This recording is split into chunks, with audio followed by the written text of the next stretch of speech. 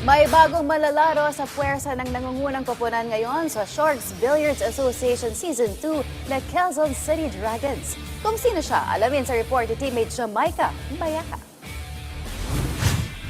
Ipinakilala na ng Quezon City Dragons ang kanilang bagong miyembro na secret weapon umano ng team sa kanilang kampanya. Ang 33 anyos na si James Verano pumasok sa koponan bilang recruit ng kanilang kapitan at kaibigang si Edgy Geronimo. Sumabak nitong February 2 si James sa kanyang SBA debut at tinulungan ang Dragons sa panalo kontra Makati Titans.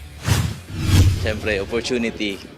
Then, siyempre, gusto ko rin ma-improve din yung skills ko para sa pagbibilyar. Mas magpo-focus lang ako para hindi naman ako mapahiya sa kanila.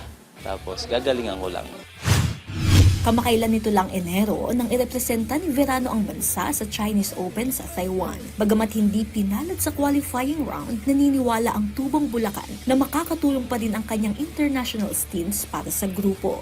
Sa kanyang mahigit 2 dekadang pagbibilyar, ngayon pinasok na ni Verano ang pro level at inaasahang makakapag-ambag sa layuning maging kampyon ng liga.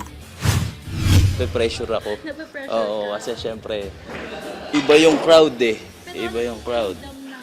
Makasama dito Eh masaya. Oo, kasi hindi lang naman ako eh. Dahil marami rin akong teammates na handang sumuporta. Pipilitin namin na manalo.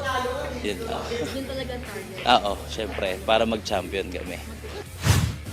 Sa bagong roster, papalitan ng newly introduced player si Alvin Acedera. Sasamahan ni James sina team captain Geronimo, John Gardec, Tristan De Ocareza, Baset Mocaibat at Romiel Morta. Sasabak sila sa week-long battle hanggang February 6 laban sa Titans, habang haharapin naman nila ang Negros Occidental Pillars sa February 16 sa qualifying round sa Sharks Arena. Ini-invite ko po kayo sa Quezon City Dragons, manood, tsaka suportahan niyo po yung team namin. Jamaica Bayaka para sa Atletang Pilipino, para sa bagong Pilipinas.